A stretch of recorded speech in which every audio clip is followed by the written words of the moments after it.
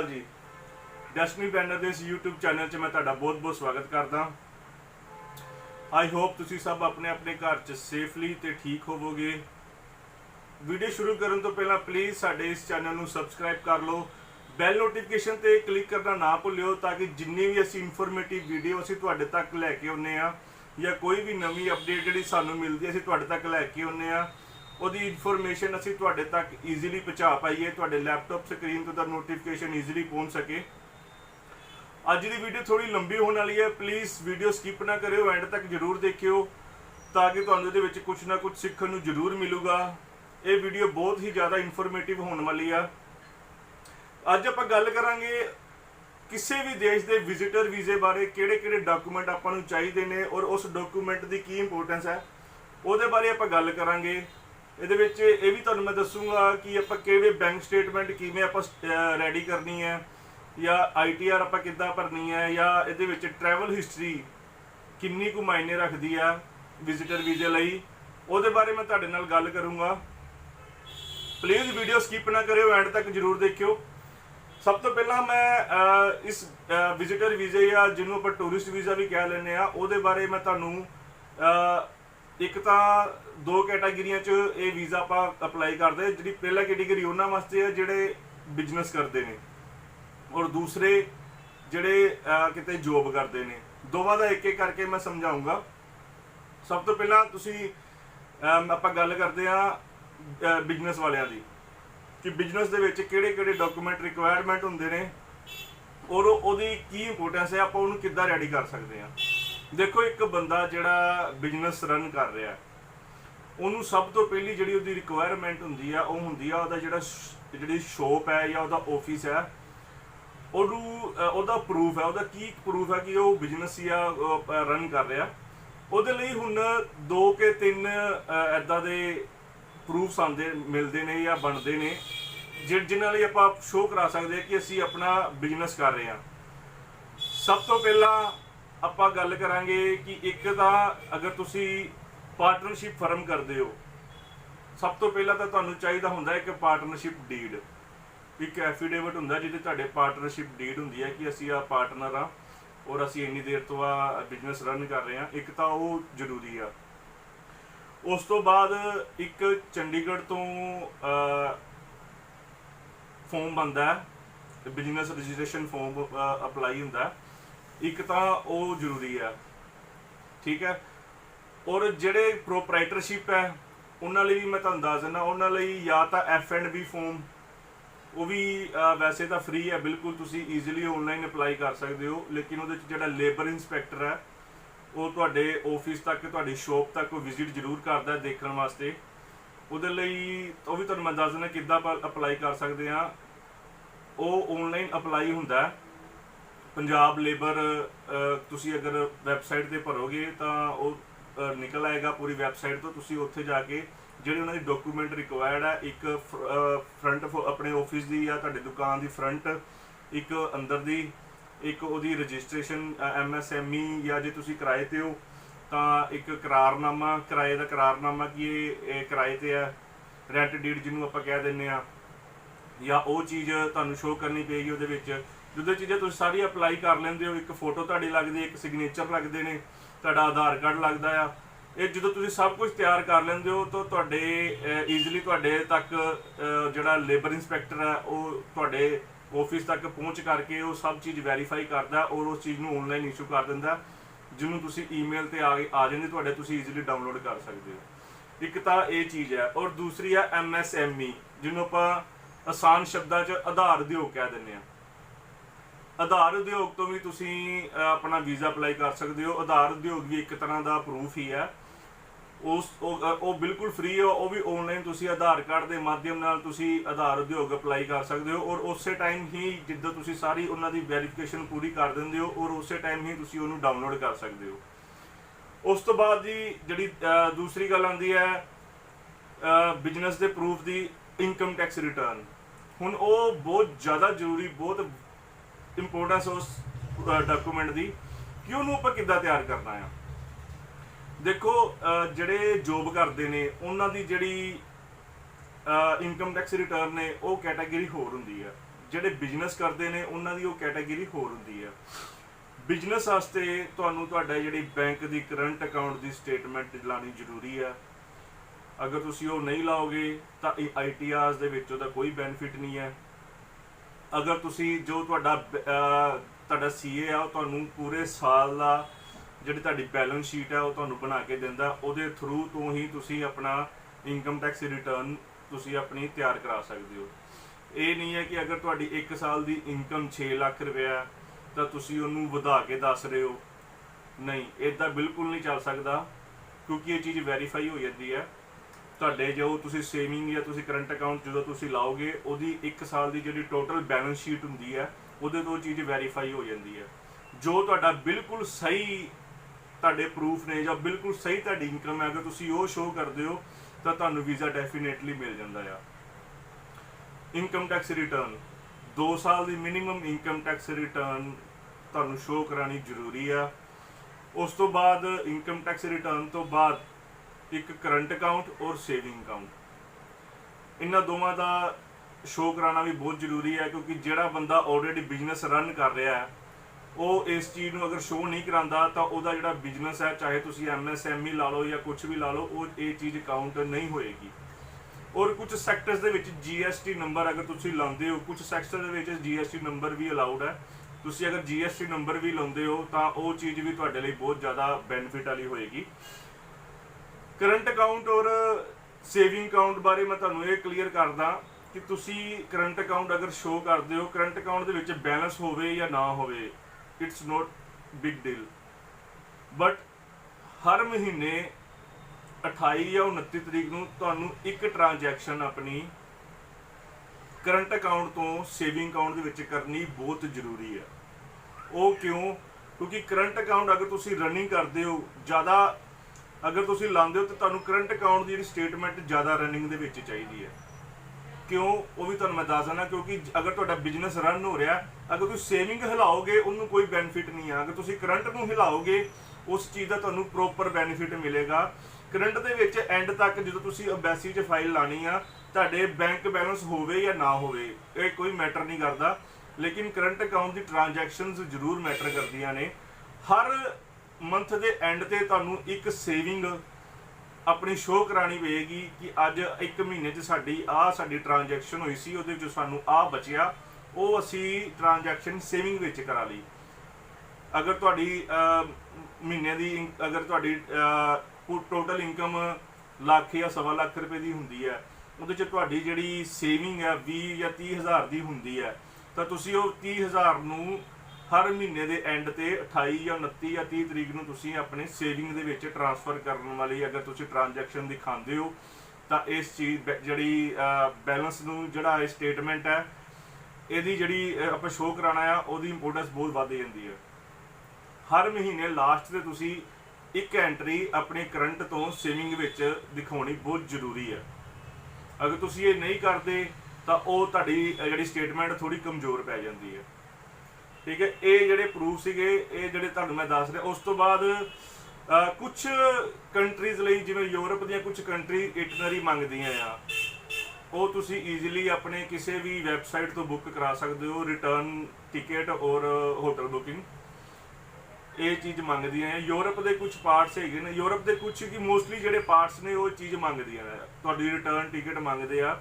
ਜ਼ਰੂਰੀ ਨਹੀਂ ਹੈ ਕਿ ਤੁਹਾਨੂੰ ਕਨਫਰਮ ਟਿਕਟ ਹੀ ਕਰਾਉਣੀ ਪਵੇ, ਕੁਝ ਥੋੜੇ ਜਿਹੇ ਪੈਸੇ ਲੱਗ ਕੇ ਤਾਂ ਤੁਹਾਡੀ ਇੱਕ ਇਟਨਰੀ ਤਿਆਰ ਹੋ ਜਾਂਦੀ ਆ। ਔਰ ਉਹ ਚੀਜ਼ ਜਿਹੜੀ ਉਹ 에ਅਰ ਟਿਕਟ ਹੈ ਉਹ ਐਜ਼ ਅ ਕਨਫਰਮ ਟਿਕਟ ਹੀ ਹੁੰਦੀ ਹੈ। ਤੁਸੀਂ ਉਹ ਆਪਣੀ ਐਮਬੈਸੀ ਵਿੱਚ ਲਾ ਕੇ ਤੇ ਤੁਸੀਂ ਆਪਣਾ ਵੀਜ਼ਾ ਲੈ ਸਕਦੇ ਹੋ। ਉਹ ਜਿਹੜੀ ਉਸ ਤੋਂ ਬਾਅਦ ਜਿਹੜੀ ਚੌਥੀ ਚੀਜ਼ ਹੈ ਜਿਹੜੀ ਸਭ ਤੋਂ ਜ਼ਿਆਦਾ ਇੰਪੋਰਟੈਂਸ ਰੱਖਦੀ ਆ ਉਹ ਹੈ ਟਰੈਵਲ ਹਿਸਟਰੀ।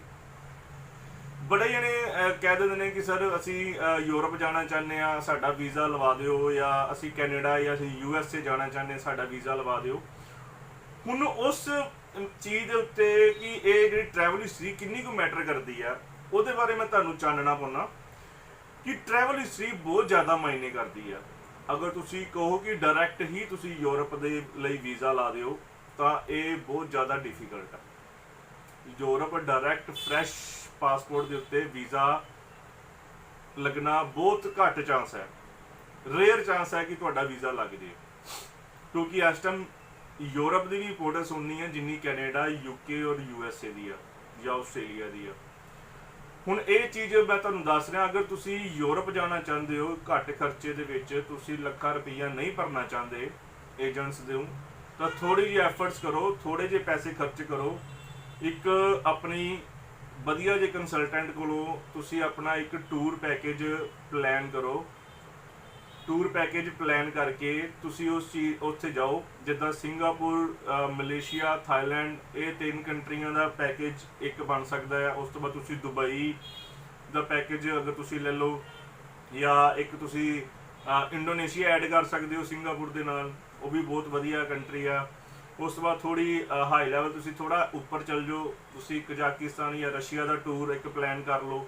नीयर अबाउट अगर तुसी इन्हां चीज़ों के विच अगर प्लान करते हो तो तुहाडा जिहड़ा शेंगन वीज़ा या यूरोप का वीज़ा वो थोड़ा लगना ईजिली हो जाता है, क्योंकि उन्होंने पता लग जाता है कि ये बंदा वाकई ही घूमन फिरन का शौकीन है। फिर ही तुहानूं यूके का या आस्ट्रेलिया का या इधर का वीज़ा की पॉसिबिलिटी वधदी है। ये इंपोर्टेंस है। मैं तुहानूं यही रिकमेंड करूँगा कि डायरैक्ट तुसी लाण नालों चंगा या लाखां रुपये एजेंट या किसी कंसलटेंट नूं देण नालों चंगा है कि तुसी एक टूर पैकेज प्लान करो। उस टूर पैकेज के उत्ते तुसी इन्हां कंट्रियां, छोटी छोटी कंट्रियां च घूम के तुसी वड्डी कंट्री दे विच ईजिली वीज़ा लै सकदे हो। ये सीगा। और हाँ, ये चीज़ उन्हां लोकां वास्ते है जिन्हां दे फ्रैश पासपोर्ट ने और जिहड़े घूमन जाना चाहते ने उन्हां लई आ। बाकी जिहड़े जिवें किसी का कोई रिश्तेदार उधर रहिंदा, अगर वो इनविटेशन कर रहा है या कोई रिलेटिव उन्होंने इनविटेशन कर रहा है, इन स्पॉन्सर कर रहा है, ਉਹਦੇ ਵਿੱਚ ਇਹ चीज़ थोड़ी घट जाती है। अगर तुसी फिर भी अगर ट्रैवल किया होएगा तो तुहाडे वीज़ा पॉसिबिलिटी के चांस बहुत ज़्यादा वध जाते हैं। ये चीज़ मैं तुहानूं तां कह रहा कि अगर तुसी स्पॉन्सर करवाने हो तो अगर तुहाडे कोल स्पॉन्सर है तो फिर भी एक जिहड़ा एक अंबैसडर है जिहड़ा जिन्हें तुहानूं वीज़ा देना आ, जिहड़ा काउंसलर है, वो ये चीज़ जरूर देखेगा कि ये इहदी कोई पुरानी ट्रैवल हिस्टरी हैगी है या नहीं हैगी। अगर तुहाडी पुरानी ट्रैवल हिस्टरी हैगी है तो तुहाडे वीज़ा लगन के चांस की पॉसिबिलिटी थोड़ी होर वध जाती है। हुण आ तां हो गए जिहड़े 4 डॉकूमेंट, और एक सब तो जिहड़ा पंजवां इंपोर्टेंट, सब तो इंपोर्टेंट जिहड़ा डॉकूमेंट है उहदे बारे मैं तुहानूं दसदा, वो हैगा कवर लैटर। कवर लैटर की चीज़ है? कवर लैटर एक है कि जिथे तुसीं जाना है घूमन, तुसीं उत्थे की करन जा रहे हो, किवें जा रहे हो, तुहाडे की फाइनैंशियल्स ने, तुसीं इत्थे की काम करदे हो, कदों तो काम करदे हो, ये चीज़ सारी तुहानूं उस कवर लैटर दे विच एक राइट डाउन करके देनी पैंदी है। अगर तुसीं बिजनस कर रहे हो तो तुहाडा जिहड़ा बिजनस का लैटर हैड है, अगर तुसीं उहदे ते वो चीज़ राइट डाउन करके दिंदे हो तो उस चीज़ का इंप्रैशन बहुत वधिया पैंदा है। तो मैं तुहानूं यही रिकमेंड करूँगा कि बिजनस परसन नूं एक अपने लैटर हैड ते एक कवर लैटर मैंशन करनी चाहिए है। उस कवर लैटर ते मैं तुहानूं एक वीडियो भी बनाऊँगा भी आप कवर लैटर किद्दां आपां बना सकते हैं। उस कवर लैटर ते तुसीं वीज़ा मिलण दे चांस भी काफ़ी हाई हो जाते हैं, क्योंकि एक होर कोई तुहाडा प्रूफ देखण या ना देखण, कवर लैटर हर एक काउंसलर देखदा है कि इन्हां दा उत्थे की प्लान है। उस प्लान नूं आपां एक बड़े ही आसान तरीके नाल लिख के देना कि असीं इत्थे जाना आ, इत्थे घूमना आ, जिथे जिथे तुसीं जाना, जिथे जिन्ने दिन तुसीं रहना आ, वो हरेक चीज़ उहदे विच आपां नूं राइट डाउन करके उन्हां नूं देनी पेगी। कवर लैटर उहदे विच जो तुसीं लास्ट तुसीं अटैच डॉकूमेंट जरूर लिखने हैं कि असीं आह वाले डॉकूमेंट असीं नाल नाल ला रहे हैं। ठीक है जी। उस तो बाद एक हुंदी है ट्रैवल इंश्योरेंस। ट्रैवल इंश्योरेंस भी बड़ी जरूरी है, क्योंकि तुसीं ट्रैवल करते टाइम तुहानूं इत्थे इमीग्रेशन जिहड़े आ वो एक दो चीज़ां जरूर पुछणगे। एक तुहाडे कोलों अगर तुसीं विजिटर वीज़े ते जा रहे हो तुहाडे कोल रिटर्न टिकट हैगी है, तुहाडी उत्थे अकोमोडेशन की है, और तुहाडे कोलों ट्रैवल इंश्योरेंस हैगी या नहीं हैगी। ट्रैवल इंश्योरेंस ऑनलाइन तुहानूं बहुत सस्ती मिल जाती है, 1000 तो डिपेंड करदा कि तुहाडी एज ते 700 तो लैके 1000 या 1500 तक तुहानूं ईजिली हद थोड़ी वधिया अगर तुसीं किते करदे हो तो 2000-2500 की भी तुहानूं ट्रैवल इंश्योरेंस मिल जाती है। ट्रैवल इंश्योरेंस अगर तुसीं $50,000 सम अप इंश्योर्ड लैंदे हो तो वही वैलिड हुंदी है। पहला 30,000 वाली वैलिड हुंदी सी, हुण 50,000 तो घट वैलिड नहीं मानते हो। अगर तुसीं $30,000 वाली कराओगे तो ਤਾਂ ਤੁਸੀਂ ਤੁਹਾਡਾ ਮਤਲਬ ਤੁਹਾਨੂੰ ਦੁਬਾਰਾ VFS ਜਦੋਂ ਐਪਲੀਕੇਸ਼ਨ ਦੇਣ ਜਾਓਗੇ ਤਾਂ ਤੁਹਾਨੂੰ ਦੁਬਾਰਾ ਕਹਿ ਸਕਦੇ ਨੇ ਕਿ ਤੁਸੀਂ ਦੁਬਾਰਾ ਕਰਾਓ। ਇਹ ਚੀਜ਼ ਤੁਸੀਂ ਆਪਣੇ ਦਿਮਾਗ 'ਚ ਰੱਖ ਕੇ ਜਾਣੀ ਹੈ ਕਿ 50,000 ਸਮ ਅਪ ਇੰਸ਼ੋਰ ਲਈ ਜਿਹੜੇ ਇੰਸ਼ੋਰੈਂਸ ਹੁੰਦੀ ਹੈ ਤੁਸੀਂ ਉਹੀ ਕਰਵਾਉਣੀ ਹੈ। ਹੁਣ ਬਾਕੀ ਇਹ ਤਾਂ ਹੋ ਗਏ ਬਿਜ਼ਨਸਮੈਨ ਦੇ ਪ੍ਰੂਫ, ਕੋਈ ਵੱਡੇ ਚੋੜੇ ਨਹੀਂ ਸੀਗੇ, ਕੋਈ ਕੁਛ ਨਹੀਂ ਸੀਗੇ, ਇਹ ਥੋੜੇ ਜਿਹੇ ਪ੍ਰੂਫ ਨੇ। ਅਗਰ ਤੁਸੀਂ ਇਹ ਚੀਜ਼ ਅਗਰ ਤੁਸੀਂ ਕਰਾ ਸਕਦੇ ਹੋ ਤਾਂ ਤੁਹਾਡਾ ਵੀਜ਼ਾ ਪੋਸੀਬਿਲਿਟੀ ਵੱਧ ਜਾਂਦੀ। ਜਿਹੜੇ ਜੇ ਫਾਰਮ ਜਾਂ ਜਿਹੜੇ ਐਗਰੀਕਲਚਰ ਕਰਦੇ ਉਹਨਾਂ ਨੂੰ ਜੇ ਫਾਰਮ ਚਾਹੀਦੇ ਹੁੰਦੇ ਨੇ। ਜੇ ਫਾਰਮ ਦਾ ਇੱਕ ਧਿਆਨ ਰੱਖਿਓ, ਸਭ ਤੋਂ ਪਹਿਲਾਂ ਤਾਂ ਇੱਕ ਮਾਰਕੀਟ ਕਮੇਟੀ ਦੇ ਵਿੱਚ ਰਜਿਸਟਰਡ ਹੋਣੇ ਚਾਹੀਦੇ ਨੇ। ਇਹ ਨਹੀਂ ਹੈ ਕਿ ਤੁਸੀਂ ਇੱਥੋਂ ਅਗਰ ਤੁਹਾਡਾ ਕਿਸੇ ਆੜਤੀਏ ਨਾਲ ਤੁਹਾਡਾ ਮਤਲਬ ਪਿਆਰ ਹੈਗਾ ਤਾਂ ਤੁਸੀਂ ਉਹਨੂੰ ਕਹਿੰਦੇ ਕਿ ਸਾਨੂੰ 4 ਲੱਖ ਦੇ ਜਾਂ 3 ਲੱਖ ਦੇ ਜੇ ਫਾਰਮ ਬਣਾ ਦੇ, ਅਸੀਂ ਵੀਜ਼ਾ ਅਪਲਾਈ ਕਰਨਾ। ਨੋ, ਇਹ ਚੀਜ਼ ਬਿਲਕੁਲ ਰੋਂਗ ਹੈ। ਜੇ ਫਾਰਮ ਉਹੀ ਚੱਲਣਗੇ ਜਿਹੜੇ ਮਾਰਕੀਟ ਕਮੇਟੀ 'ਚ ਰਜਿਸਟਰਡ ਹੋਣਗੇ, ਔਰ ਜਿਸ ਜੇ ਫਾਰਮ ਦੇ ਉੱਤੇ ਜਿੰਨੀ ਅਮਾਊਂਟ ਲਿਖੀ ਹੋਈ ਹੈ ਉਨੀ ਹੀ ਅਮਾਊਂਟ ਦਾ ਚੈੱਕ ਤੁਹਾਡੇ ਅਕਾਊਂਟ ਦੇ ਵਿੱਚ ਬੋਲੇਗਾ। ਫਿਰ ਹੀ ਇਹ ਜੇ ਫਾਰਮ ਤੁਹਾਡੇ ਮਾਇਨੇ ਰੱਖਣਗੇ, ਨਹੀਂ ਤਾਂ ਇਹ ਜੇ ਫਾਰਮ ਬਿਲਕੁਲ ਇੱਕ ਕਾਗਜ਼ ਹੈ, ਇਹਦਾ ਕੋਈ ਬੈਨੀਫਿਟ ਨਹੀਂ ਹੈ। ਠੀਕ ਹੈ ਜੀ। ਜੇ ਫਾਰਮ ਐਗਰੀਕਲਚਰ ਵਾਲਿਆਂ ਨੂੰ ਵੀ ITR ਵਿਖਾਣੀ ਜ਼ਰੂਰੀ ਹੈ, ਲੇਕਿਨ ਉਹਦੇ ਵਿੱਚ ਐਗਰੀਕਲਚਰ ਦੀ ਜਿਹੜੀ ਤੁਹਾਡੀ ਇਨਕਮ ਹੈ 1 ਸਾਲ ਦੀ ਉਹ ਵੀ ਸ਼ੋਅ ਕਰਨੀ ਜ਼ਰੂਰੀ ਹੈ, ਲੇਕਿਨ ਉਹਦੇ 'ਚ ਕੋਈ ਟੈਕਸ ਨਹੀਂ ਪੈਂਦਾ। ਅਗਰ ਤੁਹਾਡੀ ਸੋਹਣੀ ਇਨਕਮ ਹੈ ਤਾਂ ਤੁਸੀਂ ਪਲੀਜ਼ ਆਪਣਾ ਜਿਹੜੇ ਇਨਕਮ ਟੈਕਸ ਜ਼ਰੂਰ ਭਰਿਆ ਕਰੋ। ਨਿਲ ਨਾਲੋਂ ਇਨਕਮ ਟੈਕਸ ਭਰਨਾ ਤੁਹਾਡਾ ਬਹੁਤ ਜ਼ਿਆਦਾ ਫਾਇਦੇਮੰਦ ਹੈ। ਉਹਦੇ 'ਚ ਤੁਹਾਡੇ ਵੀਜ਼ੇ ਦੀ ਪੋਸੀਬਿਲਿਟੀ ਵੱਧ ਜਾਂਦੀ ਹੈ। ਹੁਣ ਮੈਂ ਗੱਲ ਕਰਦਾ ਕਿ ਇੱਕ ਜਿਹੜਾ ਜੋਬ ਕਰਦਾ ਉਹਨੂੰ ਕੀ ਕੀ ਚਾਹੀਦਾ। ਜਿਹੜਾ ਜੋਬ ਕਰਦਾ ਉਹਨੂੰ ਚਾਹੀਦਾ ਜੀ ਸਭ ਤੋਂ ਪਹਿਲਾਂ ਇੱਕ 16 ਨੰਬਰ ਫਾਰਮ ਜਿੱਥੇ ਉਹ ਜੋਬ ਕਰ ਰਿਹਾ, ਜਿਹਦੇ ਥਰੂ ITR ਭਰੀ ਜਾਂਦੀ ਹੈ। 16 ਨੰਬਰ ਫਾਰਮ ਹੁੰਦਾ, ਜਿਸ ਕੰਪਨੀ ਤੁਸੀਂ ਜੋਬ ਕਰਦੇ ਹੋ ਉਹ ਤੁਹਾਨੂੰ ਦਿੰਦੇ ਨੇ 16 ਨੰਬਰ ਫਾਰਮ, ਉਹਦੇ ਥਰੂ ਹੀ ਤੁਹਾਡੀ ਇਨਕਮ ਟੈਕਸ ਰਿਟਰਨ ਭਰੀ ਜਾਂਦੀ ਹੈ। ਉਸ ਤੋਂ ਬਾਅਦ ਇੱਕ NOC ਚਾਹੀਦੀ ਹੈ ਤੁਹਾਡੇ EMPLOYER ਵੱਲੋਂ ਕਿ ਮੈਂ ਘੁੰਮਣ ਜਾ ਰਿਹਾ ਅਤੇ ਮੈਨੂੰ ਮਹੀਨੇ ਦੀ ਜਾਂ 2 ਮਹੀਨੇ ਛੁੱਟੀਆਂ ਤੁਸੀਂ ਅਲਾਉਡ ਕੀਤੀਆਂ ਨੇ। ਉਸ ਤੋਂ ਬਾਅਦ ਚਾਹੀਦਾ ਤੁਹਾਡਾ ਸੈਲਰੀ ਸਰਟੀਫਿਕੇਟ ਕਿ ਤੁਹਾਡੀ ਕਿੰਨੀ ਸੈਲਰੀ ਆ ਰਹੀ ਹੈ 1 ਮਹੀਨੇ ਦੀ, ਉਹ ਸੈਲਰੀ ਸਰਟੀਫਿਕੇਟ ਚਾਹੀਦਾ ਤੁਹਾਡਾ। ਉਸ ਤੋਂ ਬਾਅਦ ਅਗਰ ਤੁਹਾਡੀ ਸੈਲਰੀ ਅਕਾਊਂਟ 'ਚ ਆਉਂਦੀ ਹੈ ਤਾਂ ਬਹੁਤ ਵਧੀਆ, ਅਗਰ ਤੁਹਾਡੀ ਅਕਾਊਂਟ 'ਚ ਸੈਲਰੀ ਨਹੀਂ ਆਉਂਦੀ ਤਾਂ ਤੁਹਾਨੂੰ ਸੈਲਰੀ ਸਲਿੱਪਸ ਲੈਣੀਆਂ ਬਹੁਤ ਜ਼ਰੂਰੀ ਹੈ। ਘੱਟ ਤੋਂ ਘੱਟ 1 ਸਾਲ ਦੀਆਂ ਸੈਲਰੀ ਸਲਿੱਪਸ ਤੁਹਾਨੂੰ ਲਾਉਣੀਆਂ ਜ਼ਰੂਰੀ ਨੇ। ਸੈਲਰੀ ਸਲਿੱਪਸ ਲਾਓ, ਫਿਰ ਤੁਹਾਡੀ ਵੀਜ਼ਾ ਪੋਸੀਬਿਲਿਟੀ ਵੱਧ ਸਕਦੀ ਆ। ਬਾਕੀ ਜਿਹੜੇ ਹੁਣ ਸੈਲਰੀ ਕੈਸ਼ 'ਚ ਲੈ ਰਹੇ ਨੇ ਉਹ ਕੋਸ਼ਿਸ਼ ਇਹੀ ਕਰਨ ਕਿ ਆਪਣੇ EMPLOYER ਕੋਲੋਂ ਸੈਲਰੀ ਅਕਾਊਂਟ ਲੈ ਕੇ ਸੈਲਰੀ ਨੂੰ ਆਪਣੇ ਅਕਾਊਂਟ ਵਿੱਚ ਪਾਓ ਤਾਂ ਕਿ ਉਹ ਚੀਜ਼ ਨੂੰ ਤੁਹਾਨੂੰ ਬੈਨੀਫਿਟ ਮਿਲ ਸਕੇ। ਇਹਦੇ ਵਿੱਚ ਤੁਹਾਨੂੰ ਕਰੰਟ ਅਕਾਊਂਟ ਤੁਹਾਡਾ ਨਹੀਂ ਲੱਗੇਗਾ, ਕਿਉਂਕਿ ਤੁਹਾਡਾ ਸਿਰਫ ਸੈਲਰੀ ਅਕਾਊਂਟ ਲੱਗੇਗਾ। ਸੈਲਰੀ ਅਕਾਊਂਟ ਦੇ ਵਿੱਚ ਹੀ ਤੁਹਾਨੂੰ ਫੰਡ ਸ਼ੋਅ ਕਰਾਉਣੇ ਪੈਣਗੇ। ਹਾਂ, ਹੁਣ ਆਪਾਂ ਦੇਖਦੇ ਹਾਂ ਕਿ ਫੰਡ ਕਿੰਨੇ ਸ਼ੋਅ ਕਰਾਉਣੇ ਪੈਂਦੇ ਆ। ਇਹ ਚੀਜ਼ ਤੁਹਾਨੂੰ ਜ਼ਰੂਰ ਮੈਂ ਦੱਸਾਂਗਾ।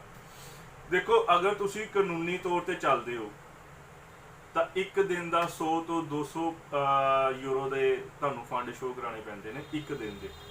ਜਿੰਨੇ ਦਿਨ ਤੁਸੀਂ ਰਹਿਣਾ ਆ, ਮੰਨ ਲਓ ਤੁਸੀਂ 1 ਹਫ਼ਤਾ ਰਹਿਣਾ, ਤੁਹਾਨੂੰ 1400 ਯੂਰੋ ਜਾਂ ਜਿਹੜੀ ਵੀ ਕੰਟਰੀ 'ਚ ਤੁਸੀਂ ਜਾਣਾ ਉਸ ਕੰਟਰੀ ਦੀ ਜਿੰਨੀ ਜਿਹੜੀ ਕਰੰਸੀ ਹੋਏਗੀ 200 ਤੋਂ 250 ਡਾਲਰ ਹੈ ਜਾਂ ਯੂਰੋ ਹੈ, ਕੁਛ ਇੱਦਾਂ ਦਾ ਸਿਸਟਮ ਹੈ। ਉਹਨਾਂ ਤੁਹਾਨੂੰ ਫੰਡ ਸ਼ੋਅ ਕਰਾਉਣਾ ਪੈਂਦਾ ਆ। ਜੋ ਕਾਨੂੰਨ ਹੈ, ਜੋ ਇੱਕ ਇਮੀਗ੍ਰੇਸ਼ਨ ਦੀ ਵੈਬਸਾਈਟ 'ਤੇ ਲਿਖਿਆ ਹੋਇਆ ਕਿ ਜਿੰਨੇ ਦਿਨ ਤੁਸੀਂ ਰਹਿਣਾ ਹੈ ਉਨੇ ਦਿਨ ਦੇ ਤੁਹਾਨੂੰ ਫੰਡ ਤੁਹਾਡੇ ਕੋਲੋਂ ਹੋਣੇ ਚਾਹੀਦੇ ਨੇ। ਲੇਕਿਨ ਕਈ ਵਾਰੀ ਆਪਾਂ ਅਗਰ ਉਸ ਤੋਂ ਥੋੜ੍ਹੇ ਵੱਧ ਵੀ ਫੰਡ ਸ਼ੋਅ ਕਰਾਉਂਦੇ ਹਾਂ ਤਾਂ ਵੀ ਹੀ ਆਪਾਂ ਨੂੰ ਰਿਜੈਕਸ਼ਨ ਲੱਗ ਜਾਂਦੀ ਆ। ਉਹਦਾ ਕਾਰਨ ਇਹੀ ਹੈ ਕਿ ਜਦੋਂ ਤੁਸੀਂ ਇਨਕਮ ਟੈਕਸ ਰਿਟਰਨ ਸ਼ੋਅ ਕਰਾਉਂਦੇ ਹੋ ਤਾਂ ਤੁਸੀਂ ਆਪਣੀ ਸੇਵਿੰਗਸ ਦੇ ਵਿੱਚ ਜਾਂ ਆਪਣੇ ਕਰੰਟ ਅਕਾਊਂਟ ਦੇ ਵਿੱਚ ਉਹ ਚੀਜ਼ ਨਹੀਂ ਸ਼ੋਅ ਕਰ ਪਾਉਂਦੇ, ਉਹ ਤਾਂ ਕਰਕੇ ਉਹ ਚੀਜ਼ ਰਿਜੈਕਟ ਹੋ ਜਾਂਦੀ ਹੈ। ਹਾਂ, ਅਗਰ ਤੁਹਾਡੇ ਕੋਲ ਸੇਵਿੰਗ ਵਧੀਆ ਹੈਗੀ ਤੁਸੀਂ ਵਧੀਆ ਸੇਵਿੰਗ ਦਿਖਾ ਸਕਦੇ ਹੋ, ਕੋਈ ਏਡੀ ਪ੍ਰੋਬਲਮ ਨਹੀਂ ਹੈ ਕਿ ਆਪਾਂ ਅਗਰ ਹਫ਼ਤਾ ਜਾਣਾ ਤਾਂ ਆਪਾਂ 1400 ਯੂਰੋ ਹੀ ਦਿਖਾ ਸਕਦੇ ਹਾਂ। ਤੁਸੀਂ ਉਹਨਾਂ ਨੂੰ ਅਗਰ ਤੁਹਾਡੇ ਕੋਲ 5-6 ਲੱਖ ਰੁਪਇਆ 7 ਲੱਖ ਰੁਪਇਆ ਅਗਰ ਤੁਹਾਡੇ ਕੋਲ ਹੈਗਾ ਤਾਂ ਤੁਹਾਡੀ ਫਾਈਲ ਸਟਰੋਂਗ ਹੁੰਦੀ ਹੈ, ਤੁਸੀਂ ਉਹ ਚੀਜ਼ ਨੂੰ ਸ਼ੋਅ ਕਰ ਸਕਦੇ ਹੋ ਈਜ਼ੀਲੀ। ਠੀਕ ਹੈ ਜੀ। ਇਹ ਤਾਂ ਹੋ ਗਿਆ ਤੁਹਾਨੂੰ ਸੈਲਰੀ ਔਰ ਸੇਵਿੰਗ ਅਕਾਊਂਟ ਦਾ ਜਿਹੜਾ ਤੁਹਾਨੂੰ ਮੈਂ ਫੰਡ ਦੱਸੇ ਕਿਸ ਹਿਸਾਬ ਨਾਲ ਆਪਾਂ ਸ਼ੋਅ ਕਰਾਉਣੇ ਆ। ਔਰ ਤੁਹਾਨੂੰ ਬਾਕੀ ਸੇਮ ਉੱਦਾਂ ਹੀ 2 ਸਾਲ ਦੀ ITR ਜੋਬ ਕਰਨ ਵਾਲਿਆਂ ਨੂੰ ਵੀ, ਠੀਕ ਹੈ, ਉਹਦੀ ਜਿਹੜੀ ਗਰੋਸ ਇਨਕਮ ਹੈ ਜਾਂ ਇਨਕਮ ਆਫ ਸੋਰਸ ਹੈ ਉਹਦੇ ਵਿੱਚ ਜਿਹੜੀ ਤੁਸੀਂ ਕੰਪੀਟੀਸ਼ਨ ਬਣਾਉਣੀ ਹੈ ਉਹਦੇ ਵਿੱਚ ਮੈਂਸ਼ਨ ਹੋਣਾ ਚਾਹੀਦਾ ਕਿ ਜਿਹੜੀ ਇਹਨਾਂ ਦੀ ਇਨਕਮ ਸੋਰਸ ਆਫ ਇਨਕਮ ਹੈ ਉਹ ਜੋਬ ਤੋਂ ਹੈ। ਜਾਂ ਜਿਹੜੇ ਆਪਣਾ ਬਿਜ਼ਨਸਮੈਨ ਵਾਲੇ ਆ ਉਹਨਾਂ ਨੂੰ ਇਹ ਕੰਪੀਟੀਸ਼ਨ ਜਿਹੜੀ ਚਾਰਟ ਨਾਲ ਲਾਣਾ ਜ਼ਰੂਰੀ ਹੈ ਕਿ ਉਹਦੇ ਵਿੱਚ ਉਹਨੇ ਸਭ ਕੁਝ ਲਿਖਿਆ ਹੁੰਦਾ ਹੈ ਕਿ ਜਿਹੜੀ ਇਹਨਾਂ ਦੀ ਇਨਕਮ ਹੈ ਉਹ ਕਿੱਥੋਂ ਆ ਰਹੀ ਹੈ, ਬਿਜ਼ਨਸ ਤੋਂ ਆ ਰਹੀ ਹੈ, ਕਿਹੜਾ ਬਿਜ਼ਨਸ ਰਨ ਕਰ ਰਹੇ ਨੇ। ਕੰਪੀਟੀਸ਼ਨ ਨਾਲ ਲਾਣੀ ਬਹੁਤ ਜ਼ਰੂਰੀ ਹੈ। ਫੰਡ ਦਾ ਵੀ ਤੁਹਾਨੂੰ ਦੱਸਿਆ ਕਿ ਫੰਡ ਸੇਮ ਐਜ਼ ਬਾਕੀ ਜੋ ਵੀ ਡਾਕੂਮੈਂਟ ਹੈ ਸੇਮ ਹੀ ਬਿਜ਼ਨਸਮੈਨ ਵਾਸਤੇ ਆ ਔਰ ਸੇਮ ਹੀ ਜੋਬ ਵਾਸਤੇ ਆ। ਇਹ ਚੀਜ਼ ਜ਼ਰੂਰ ਧਿਆਨ ਰੱਖਿਓ ਕਿ ਜਦੋਂ ਵੀ ਤੁਸੀਂ ਆਪਣਾ ਇਨਕਮ ਟੈਕਸ ਰਿਟਰਨ ਸ਼ੋਅ ਕਰਾਉਣਾ ਆ ਉਹਦੇ 'ਚ ਉਹਦਾ ਜਿਹੜਾ ਕੰਪੀਟੀਸ਼ਨ ਚਾਰਟ ਹੈ ਉਹ ਜ਼ਰੂਰ ਆਪਣੇ ਸੀਏ ਕੋਲ ਲੈਣਾ। ਉਹਦੇ ਤੋਂ ਬਿਨਾਂ ਤੁਹਾਡਾ ਅਗਰ ਤੁਸੀਂ ਲਾਉਂਦੇ ਹੋ ਫਾਈਲ ਲਾਉਂਦੇ ਹੋ ਤਾਂ ਉਹ ਚੀਜ਼ ਥੋੜ੍ਹੀ ਵੀਕ ਪੈ ਜਾਂਦੀ, ਤੁਹਾਡੀ ਫਾਈਲ ਥੋੜ੍ਹੀ ਵੀਕ ਪੈ ਜਾਂਦੀ ਹੈ। ਔਰ ਥੋੜ੍ਹੇ ਟਿਪਸ ਹੈ ਕਿ ਅਗਰ ਤੁਸੀਂ VFS ਜਾਂਦੇ ਹੋ ਤਾਂ ਤੁਹਾਨੂੰ ਕਿੱਦਾਂ ਜਾਣਾ ਚਾਹੀਦਾ ਹੈ, ਉਹਦੇ ਤੁਹਾਡੀ ਡਰੈਸਅਪ ਕੀ ਹੋਣੀ ਚਾਹੀਦੀ ਹੈ। ਦੇਖੋ ਇਹ ਚੀਜ਼ ਨੂੰ ਮੈਂ ਕਹਾਂਗਾ ਕਿ ਵਧੀਆ ਵੀ ਹੈ ਔਰ ਜ਼ਿਆਦਾ ਮਾਇਨੇ ਵੀ ਨਹੀਂ ਰੱਖਦੀ, ਕਿਉਂਕਿ ਇੱਕ VFS ਦੇ ਵਿੱਚ ਕੋਈ ਕਾਉਂਸਲਰ ਨਹੀਂ ਬੈਠਾ, ਸਿਰਫ ਇੱਕ ਉਹ ਕੋਰੀਅਰ ਦਾ ਸਿਸਟਮ ਹੈ ਕਿ ਤੁਹਾਡੀ ਐਪਲੀਕੇਸ਼ਨ ਲੈ ਕੇ ਉਹਨਾਂ ਨੇ ਇਮੀਗ੍ਰੇਸ਼ਨ ਤੱਕ ਪਹੁੰਚਾਉਣੀ ਹੈ। ਪਰ ਫਿਰ ਵੀ ਥੋੜ੍ਹੇ ਅਗਰ ਤੁਸੀਂ ਆਪਣਾ ਡਰੈਸਅਪ ਥੋੜ੍ਹਾ ਵਧੀਆ ਕਰਕੇ ਜਾਓ ਕਿ ਜਿੱਦਾਂ ਤੁਸੀਂ ਆਪਣੇ ਆਪ 'ਤੇ ਇੱਕ ਬਿਜ਼ਨਸਮੈਨ ਹੋ, ਤੇ ਬਿਜ਼ਨਸਮੈਨ ਦਾ ਇੱਕ ਵਧੀਆ ਫਾਰਮਲ ਕੱਪੜੇ ਅਗਰ ਤੁਸੀਂ ਜਿਹੜੇ ਬਿਜ਼ਨਸ 'ਚ ਯੂਜ਼ ਹੁੰਦੇ ਨੇ, ਇੱਕ ਵਧੀਆ ਬਿਜ਼ਨਸਮੈਨ ਯੂਜ਼ ਕਰਦਾ, ਅਗਰ ਤੁਸੀਂ ਉੱਦਾਂ ਬਣ ਕੇ ਜਾਓਗੇ ਤਾਂ ਥੋੜ੍ਹਾ ਇੰਪ੍ਰੈਸ਼ਨ ਉਹਨਾਂ ਨੂੰ ਹੀ ਪੈਂਦਾ ਕਿ ਹਾਂ ਇਹ ਬੰਦਾ ਵਾਕਈ ਹੀ ਬਿਜ਼ਨਸਮੈਨ ਆ। ਹੋ ਸਕਦਾ ਆ ਕਿ ਥੋੜ੍ਹੇ ਬਹੁਤੇ ਤੁਹਾਡੇ ਉੱਥੇ ਨੰਬਰਿੰਗ ਕਾਊਂਟ ਜ਼ਰੂਰ ਹੁੰਦੀ ਹੋਵੇ ਕਿ ਤੁਹਾਡਾ ਡਰੈਸ ਕੋਡ ਹੈ, ਕੋਈ ਕੀ ਕਿੱਦਾਂ ਬਣ ਕੇ ਆਇਆ ਸੀਗਾ, ਵਾਕਈ ਹੀ ਉਹ ਬੰਦਾ ਜੈਨੂਅਨ ਬਿਜ਼ਨਸਮੈਨ ਲੱਗਦਾ ਜਾਂ ਨਹੀਂ ਲੱਗਦਾ। ਇਹ ਚੀਜ਼ਾਂ ਜ਼ਰੂਰ ਕਾਊਂਟ ਹੁੰਦੀਆਂ ਨੇ। ਬਾਕੀ ਤੁਹਾਨੂੰ ਜਿਹੜਾ ਇਨਫੋਰਮੇਸ਼ਨ ਦਿੱਤੀ ਇਹ ਵਿਜ਼ਿਟਰ ਵੀਜ਼ਾ ਵਾਸਤੇ ਕਿ ਆਪਾਂ ਉਹ ਚੀਜ਼ ਕਿੱਦਾਂ ਤਿਆਰ ਕਰਨੀ ਆ। ਅਗਰ ਤੁਹਾਡੀ ਸੋਹਣੀ ਇਨਕਮ ਹੈ ਤੁਸੀਂ ਆਪਣੀ ਪੂਰੀ ਇਨਕਮ ਟੈਕਸ ਰਿਟਰਨ ਤਿਆਰ ਕਰਾਓ, ਕੁਝ ਵੀ ਹਿਡਨ ਨਾ ਰੱਖਿਓ, ਕਿਉਂਕਿ ਪਤਾ ਲੱਗ ਜਾਂਦਾ ਆ ਤੁਹਾਡੀ ਜਿਹੜੀ ਸਟੇਟਮੈਂਟ ਹੈ ਉੱਥੋਂ ਪਤਾ ਲੱਗ ਜਾਂਦਾ ਉਹਨਾਂ ਨੂੰ, ਕਿਉਂਕਿ ਉਹ ਪ੍ਰੋਫੈਸ਼ਨਲ ਬੰਦੇ ਨੂੰ ਇੱਕ ਦੇਖ ਕੇ ਪਤਾ ਲੱਗ ਜਾਂਦਾ ਵੀ ਇਹ ਬੰਦਾ ਕਿੰਨੇ ਕੁ ਪਾਣੀ 'ਚ ਹੈਗਾ, ਜੋ ਇਹਨੇ ਸ਼ੋਅ ਕਰਾਇਆ ਵਾਕਈ ਹੀ ਉਹ ਹੈਗਾ ਜਾਂ ਨਹੀਂ ਹੈਗਾ। ਇਹ ਸੀਗਾ ਆਪਣੀ ਅੱਜ ਦੀ ਵੀਡੀਓ ਦੀ ਇਨਫੋਰਮੇਸ਼ਨ ਜਿਹੜੀ ਇੱਕ ਵਿਜ਼ਿਟਰ ਵੀਜ਼ਾ ਬਾਰੇ ਸੀਗੀ, ਜਿਹੜੀ ਤੁਹਾਨੂੰ ਦਿੱਤੀ ਆਪਾਂ। ਬਾਕੀ ਆਉਣ ਵਾਲੇ ਟਾਈਮ 'ਚ ਅਗਰ ਸਾਡੇ ਕੋਲ ਕੋਈ ਹੋਰ ਵੀ ਇਨਫੋਰਮੇਸ਼ਨ ਵਾਲੀ ਅਗਰ ਸਾਡੇ ਦਿਮਾਗ 'ਚ ਆਈ ਕਿ ਤੁਹਾਡੇ ਨਾਲ ਹੋਰ ਵੀ ਇੱਦਾਂ ਦੀ ਇਨਫੋਰਮੇਸ਼ਨ ਅਸੀਂ ਸ਼ੇਅਰ ਕਰੀਏ, ਉਹਦੀ ਵੀਡੀਓ ਜ਼ਰੂਰ ਬਣਾ ਕੇ ਮੈਂ ਤੁਹਾਡੇ ਤੱਕ ਸ਼ੇਅਰ ਕਰੂੰਗਾ। ਤਾਂ ਤਦ ਤੱਕ ਲਈ ਤੁਸੀਂ ਪਲੀਜ਼ ਸਾਡੇ ਇਸ ਚੈਨਲ ਨੂੰ ਸਬਸਕ੍ਰਾਈਬ ਜ਼ਰੂਰ ਕਰਿਓ, ਬੈਲ ਨੋਟੀਫਿਕੇਸ਼ਨ 'ਤੇ ਕਲਿੱਕ ਕਰਨਾ ਨਾ ਭੁੱਲਿਓ ਤਾਂ ਕਿ ਇੱਦਾਂ ਦੀਆਂ ਵੀਡੀਓਜ਼ ਦੀ ਨੋਟੀਫਿਕੇਸ਼ਨ ਤੁਹਾਡੇ ਮੋਬਾਈਲ ਸਕਰੀਨ 'ਤੇ ਔਰ ਤੁਹਾਡੇ ਲੈਪਟਾਪ ਜਾਂ ਤੁਹਾਡੇ PC 'ਤੇ ਈਜ਼ੀਲੀ ਪਹੁੰਚ ਸਕੇ। ਮਿਲਦੇ ਆਪਾਂ ਅਗਲੀ ਵੀਡੀਓ 'ਚ, ਤਦ ਤੱਕ ਲਈ ਪਲੀਜ਼ ਲਾਈਕ ਔਰ ਸ਼ੇਅਰ ਜ਼ਰੂਰ ਕਰਿਓ ਕਿ ਕਿਸੇ ਨਾ ਕਿਸੇ ਦੇ ਕੰਮ ਇਹ ਵੀਡੀਓ ਆ ਸਕਦੀ ਆ। ਕੋਈ ਹੋਰ ਇਨਫੋਰਮੇਸ਼ਨ ਚਾਹੀਦੀ ਹੋਵੇ ਤਾਂ ਤੁਸੀਂ ਸਾਡੇ ਆਫਿਸ ਵਿਜ਼ਿਟ ਕਰ ਸਕਦੇ ਹੋ, ਮੇਰਾ ਨੰਬਰ 'ਤੇ ਫੋਨ ਕਰ ਸਕਦੇ ਹੋ, ਸਾਨੂੰ ਈਮੇਲ ਕਰ ਸਕਦੇ ਹੋ। ਔਰ ਇੱਕ ਤੁਹਾਡੇ ਨਾਲ ਹੋਰ ਇਨਫੋਰਮੇਸ਼ਨ ਸ਼ੇਅਰ ਕਰਨੀ ਹੈ ਕਿ ਜੋ ਕੋਈ ਬੰਦਾ ਆਪਣਾ ਟਰੈਵਲ ਹਿਸਟਰੀ ਕਰਨਾ ਚਾਹੁੰਦਾ, ਆਉਣ ਵਾਲੇ ਟਾਈਮ 'ਚ ਜਦੋਂ ਇਹ ਵੀਜ਼ੇ ਖੁੱਲ੍ਹਣਗੇ, ਜਦੋਂ ਵਿਜ਼ਿਟਰ ਵੀਜ਼ੇ ਖੁੱਲ੍ਹਣਗੇ, ਅਸੀਂ ਇੱਕ ਗਰੁੱਪ ਤਿਆਰ ਕਰ ਰਹੇ ਹਾਂ। ਅਸੀਂ ਉਸ ਗਰੁੱਪ ਨੂੰ ਇੱਕ ਵਧੀਆ ਤਰੀਕੇ ਨਾਲ ਉਹਨਾਂ ਦੀ ਟਰੈਵਲ ਹਿਸਟਰੀ ਰੈਡੀ ਕਰਾਵਾਂਗੇ। ਮੈਂ ਖੁਦ ਨਾਲ ਜਾਵਾਂਗਾ। ਕੋਈ ਵੀ ਬੰਦਾ ਅਗਰ ਇਸ ਚੀਜ਼ ਦਾ ਇੱਛੁਕ ਹੈਗਾ ਸਾਡੇ ਨਾਲ ਕੰਟੈਕਟ ਜ਼ਰੂਰ ਕਰੇ। ਆਉਣ ਵਾਲੇ ਟਾਈਮ 'ਚ ਜਦੋਂ ਵੀ ਵੀਜ਼ੇ ਖੋਲ੍ਹਦੇ ਨੇ ਜਾਂ ਜਦੋਂ ਵੀ ਥੋੜ੍ਹੀ ਇਸ COVID-19 ਦੀ ਸਿਚੁਏਸ਼ਨ ਥੋੜ੍ਹੀ ਸਹੀ ਹੋਏਗੀ, ਵੀਜ਼ੇ ਖੁੱਲ੍ਹਣਗੇ, ਅਸੀਂ ਇੱਕ ਟੂਰ ਪਲਾਨ ਕਰ ਰਹੇ ਹਾਂ। ਇੱਕ ਘੱਟ ਖਰਚੇ ਦੇ ਵਿੱਚ ਤੁਹਾਨੂੰ ਅਸੀਂ ਇੱਕ ਟਰੈਵਲ ਹਿਸਟਰੀ ਅਸੀਂ ਦੇਵਾਂਗੇ। ਤੁਹਾਡੇ ਪਾਸਪੋਰਟ ਦੀ ਜਿਹੜੀ ਥੋੜ੍ਹਾ ਉਹਨੂੰ ਸਟਰੋਂਗ ਕਰਾਂਗੇ ਕਿ ਫਿਰ ਤੁਸੀਂ ਈਜ਼ੀਲੀ ਆਪਣੇ ਵੱਡੇ ਕੰਟਰੀਜ਼ ਦੇ ਵਿੱਚ UK ਆਸਟ੍ਰੇਲੀਆ ਤੁਸੀਂ ਈਜ਼ੀਲੀ ਵੀਜ਼ਾ ਕਰਾ ਸਕਦੇ ਹੋ। ਅਗਰ ਕੋਈ ਇਸ ਚੀਜ਼ ਦਾ ਇਨਫੋਰਮੇਸ਼ਨ ਲੈਣੀ ਹੋਵੇ ਕਿਸੇ ਨੇ ਤਾਂ ਸਾਡੇ ਕੋਲ ਜ਼ਰੂਰ ਕੰਟੈਕਟ ਕਰਿਓ, ਈਮੇਲ ਕਰਿਓ, ਫੋਨ ਕਰਿਓ ਜਾਂ ਸਾਡੇ ਆਫਿਸ 'ਤੇ ਵਿਜ਼ਿਟ ਕਰ ਲਿਓ। ਕਪੂਰਥਲਾ, ਅੰਮ੍ਰਿਤਸਰ ਔਰ ਫਿਰੋਜ਼ਪੁਰ, ਇਹ 3 ਜਗ੍ਹਾ 'ਤੇ ਆਪਣੇ ਆਫਿਸ ਨੇ। ਤੁਸੀਂ ਫੋਨ ਕਰਕੇ ਆਪਣਾ ਪੁੱਛ ਸਕਦੇ ਹੋ ਕਿ ਅਪੋਇੰਟਮੈਂਟ, ਮੈਂ ਨਹੀਂ ਕਹਿੰਦਾ ਕਿ ਦੂਜਿਆਂ ਵਾਂਗੂ ਕਿ ਮੇਰੇ ਨਾਲ ਅਪੋਇੰਟਮੈਂਟ ਲੈ ਕੇ ਮਿਲੋ। ਹਾਂ, ਮੈਨੂੰ ਫੋਨ ਜ਼ਰੂਰ ਕਰਿਓ ਕਿ ਮੈਂ ਉੱਥੇ ਅਵੇਲੇਬਲ ਹੈਗਾ ਜਾਂ ਨਹੀਂ ਹੈਗਾ, ਉਸ ਪਾਸੇ ਅਵੇਲੇਬਲ ਹੈ ਜਾਂ ਨਹੀਂ ਹੈਗਾ। ਜਿੱਥੇ ਅਗਰ ਤੁਸੀਂ ਕਿਤੇ ਨੇੜੇ ਤੁਹਾਨੂੰ ਲੱਗਦਾ ਹੈ ਕਿ ਹਾਂ ਅਸੀਂ ਕਪੂਰਥਲਾ ਦੇ ਨੇੜੇ ਆ, ਅਗਰ ਤੁਸੀਂ ਮੈਨੂੰ ਮਿਲਣਾ ਚਾਹੁੰਦੇ ਹੋ ਤਾਂ ਪਲੀਜ਼ ਇੱਕ ਵਾਰੀ ਫੋਨ ਕਰ ਲਿਓ। ਅਗਰ ਮੈਂ ਉੱਥੇ ਨੇੜੇ ਹੋਊਂਗਾ ਜਾਂ ਕਪੂਰਥਲੇ ਹੋਊਂਗਾ ਤਾਂ ਤੁਹਾਨੂੰ ਮੈਂ ਕਹਿ ਦੂੰਗਾ ਕਿ ਤੁਸੀਂ ਆ ਜਾਓ ਮੈਨੂੰ ਮਿਲਣ ਵਾਸਤੇ। ਕੋਈ ਅਪੋਇੰਟਮੈਂਟ ਦੀ ਲੋੜ ਨਹੀਂ ਹੈ, ਕੋਈ ਕੁਛ ਨਹੀਂ ਆ। ਮਿਲਦੇ ਆਪਾਂ ਅਗਲੀ ਵੀਡੀਓ ਦੇ ਵਿੱਚ, ਤਦ ਤੱਕ ਲਈ ਧੰਨਵਾਦ, ਸਤਿ ਸ਼੍ਰੀ ਅਕਾਲ।